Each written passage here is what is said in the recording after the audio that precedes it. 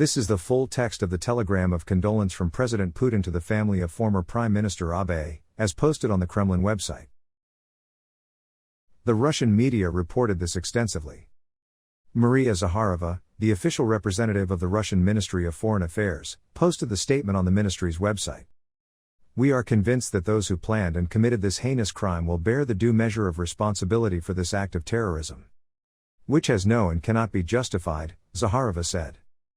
According to her, the Russian Foreign Ministry knew Abe as an outstanding political figure, who made an invaluable contribution to the development of Russian-Japanese relations in all areas along the path of building mutual trust and good neighborliness. The Kremlin deeply regrets the death of former Japanese Prime Minister Shinzo Abe after being shot and expresses its condolences to the people of Japan. Russian presidential spokesman Dmitry Peskov said, Mr. Abe was, indeed, a patriot of Japan. He always stood for the interests of his country, while pursuing diplomatic solutions. This is why he had very good relations with President Putin, Peskov noted. He said with regret that there was a lack of political will of that high degree in a range of countries.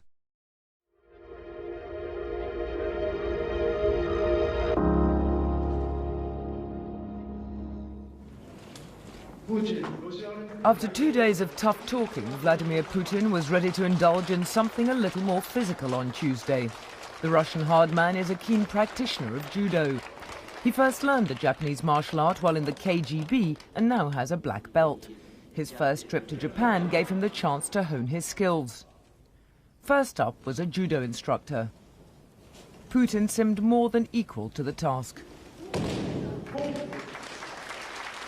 Prime Minister Mori clearly enjoyed the bout, but with the two leaders still disagreeing over a territorial dispute, he would have been more pleased by the performance of Putin's next opponent.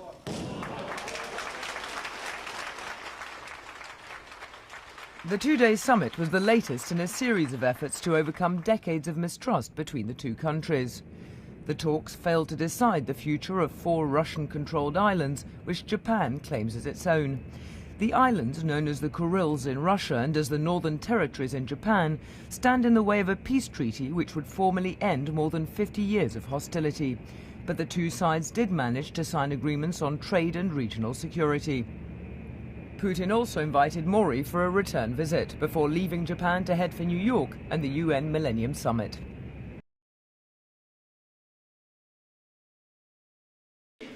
平和条約交渉の再開についてであります。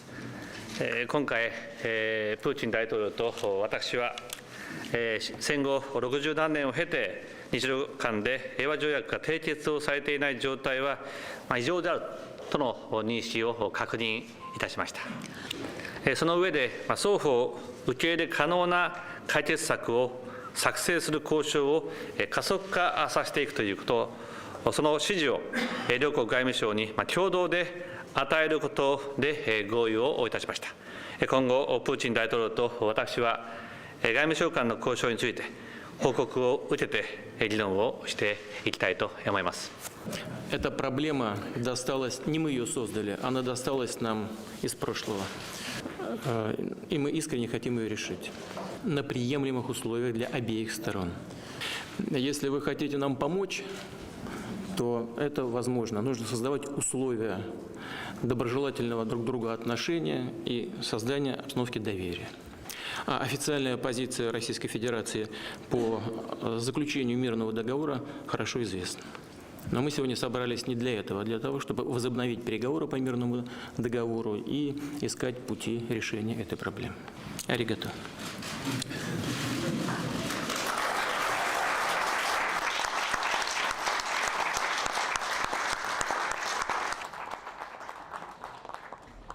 Having agreed to resume and accelerate peace treaty negotiations, which had been stalled for several years, the two leaders held 4 summits in 2013 alone, strengthening their relationship of trust. This is despite the fact that US President Barack Obama had stopped him, saying, "We should not be negotiating with Russia right now." The Northern Territories issue, which was occupied by the former Soviet Union in 1945, was addressed in the Soviet-Japanese Joint Declaration signed in 1956. Which agreed to continue negotiations for the conclusion of a peace treaty and to hand over the 2 islands of Abamai and Shikotan after the treaty was concluded. However, The Soviet Union has since shifted to the position that the territorial issue does not exist. It was not until 1985, when General Secretary Gorbachev appeared on the scene, that territorial negotiations began to move forward. The Tokyo Declaration, signed in 1993 during the Yeltsin presidency, clarified procedures for the complete normalization of relations between the two countries, including the resolution of the ownership of the four islands and the conclusion of a peace treaty. In 1997, they agreed to do everything in their power to conclude a peace treaty by the year 2000, but this did not resolve the territorial issue. In 2001, President Putin was the first supreme leader of the Soviet Union and Russia to acknowledge in writing the legal validity of the Soviet-Japanese Joint Declaration. He has repeatedly made statements suggesting that the territorial issue will be settled by handing over the two islands. The Japanese government's basic position on the territorial issue is based on the Tokyo Declaration, which states that a peace treaty will be concluded after resolving the issue of ownership of the four northern islands. The four-island lump sum theory states that as long as the ownership of the northern territories to Japan is confirmed, the actual timing and manner of their return will be handled flexibly. The general view is that even if Japan were to insist on the return of all four islands to Russia, it would be difficult to resolve the territorial issue. The difference was whether to seek a compromise without insisting on the return of the four islands or to wait until circumstances were more favorable to the Japanese side.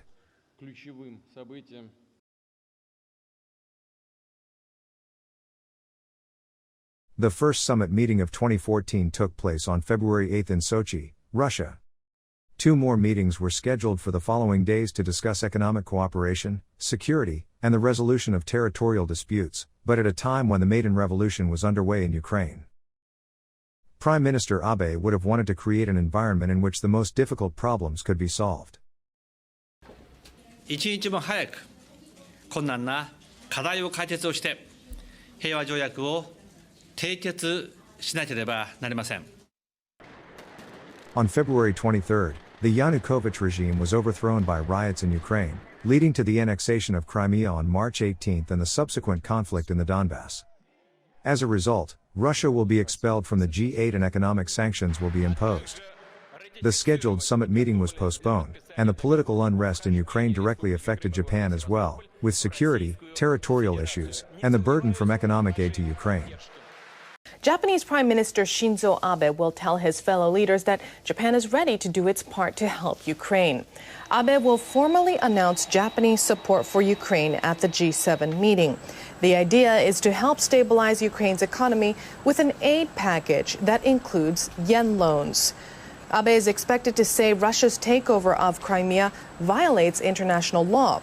He will also likely stress the need for cooperation with other G7 countries and that Japan won't accept changes in the status quo made by force. Abe will also likely warn that the crisis is more than a regional problem and could have implications for security in East and Southeast Asia. That would be seen as a reference to increasing maritime activities by China in the region. Japanese Prime Minister Shinzo Abe has again urged Russia to respect the results of the upcoming presidential elections in Ukraine. Speaking after a meeting at NATO's headquarters in Brussels, Abe said his country would not tolerate the use of force in Ukraine. NATO Secretary General Anders Fogh Rasmussen said the alliance was ready to take further steps if one of its members was to be threatened. The European Union, Japan, and the United States have placed visa bans and asset freezes on dozens of individuals, some close to Russian President Vladimir Putin, but have held back on wider trade sanctions despite an escalation of the crisis in Ukraine. Both Japan and the United States have emphasized the importance of Ukraine carrying out free elections on March 25th to give people the democratic choice of who should succeed pro-Russian President Viktor Yanukovych, who fled Kiev in February in the midst of bloody protests. This report was made by the Ukrainian media at the time, but you can see that it is very similar to the current situation. NATO has not recognized Ukraine as a member of NATO to this day, although it has treated Ukraine in words since that time as if it were a member. Prime Minister Abe understood the trend from the Maidan Revolution, which is why he insisted on holding democratic elections rather than a revolutionary government and requested that President Putin recognize this. There are Japanese politicians today who, like the media, are sending out the message that Russia's annexation of Crimea is the beginning of the Ukrainian crisis. And they are fueling anti-Russian sentiment among the Japanese people by linking the annexation of Crimea to the Northern Territories issue. Whether they know how Prime Minister Abe has handled the situation or not, they unabashedly say that they will carry on his legacy. Prime Minister Abe, while keeping pace with the G7 as a major Western power, did not break ties with President Putin. The same is true on Putin's side. They set up a telephone conversation as a congratulatory telegram on each other's birthday that year. It is also in the records of the Ministry of Foreign Affairs. They were trying to find an opportunity for a summit meeting there. One of the things that does worry foreign observers is the presence of the far right in this country. And you know that it's used against you in propaganda from Russia. But set aside their propaganda and just look at the bare facts. When you look at the influence of people like the Azov Battalion of the right sector. Please, don't listen to Russian propaganda. They are quite active. But they are active in France, they are active in UK, they are active in Austria, in some European countries. But none of those countries are at war. That's the difference. And that's the difference. And I understand responsibility. And I guarantee that Ukraine keep democratic tradition, and Ukraine are a democratic country, and we do not allow anybody to demonstrate anything which can be harmful for the Ukrainian reputation in the world. In February 2015, after agreeing to and signing the Minsk agreements, Ukraine's Poroshenko appealed to the world for help in addressing the Russian threat. Now Zelensky is saying the same thing. The concern of donor countries was that economic aid would flow to far-right organizations. Later, however, Poroshenko admitted that his agreement to the Minsk Accords was to buy time to use the ceasefire to strengthen his armed forces. Ми дуже цінуємо тверду позицію Японії в підтримці України в запровадженні санкцій, продовження дії діючих санкцій у випадку неімплементації Мінських домовленостей з боку Російської Федерації. Дуже дякую за солідарність, пане прем'єр-міністр. Дуже дякую за єдність країн Великої Сімки. Для нас це має виключне значення. Спасибі вам велике. ウクライナはこの力強い指導者のもと、G7 をはじめとする国際社会の支持を得つつ、困難の時代を乗り切るものと確信しています。日本も G7 次期議長国として、G7 の連帯を重視し、問題の平和的、外交的解決に向けて、一層積極的に貢献していきます。私が G7 サミット直前にウクライナを訪問したのは、このような強い意志の表れであります。G7 首脳とは、本日のポロシェンコ大統領との会談の成果等を踏まえて、ウクライナ情勢について積極的に議論していきます。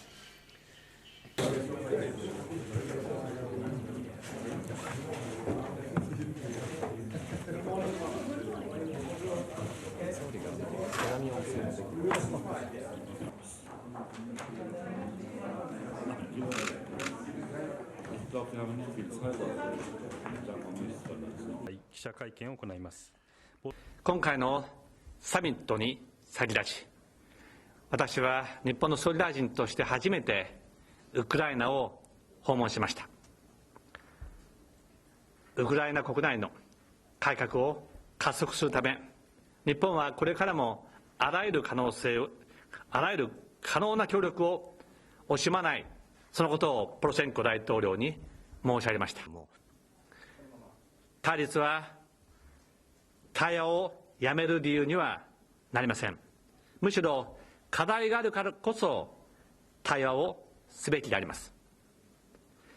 これが G7 ではなく G8 であったならば、この場にプーチン大統領がいるはずでありました。冷戦終結後、私たちはロシアを受け入れ、G8 として世界的な課題に取り組んできた実績があります。ロシアには責任ある国家として国際社会のさまざまな課題に建設的に関与してもらいたい。そのためには私はプーチン大統領との対話をこれからも続けていく考えであります。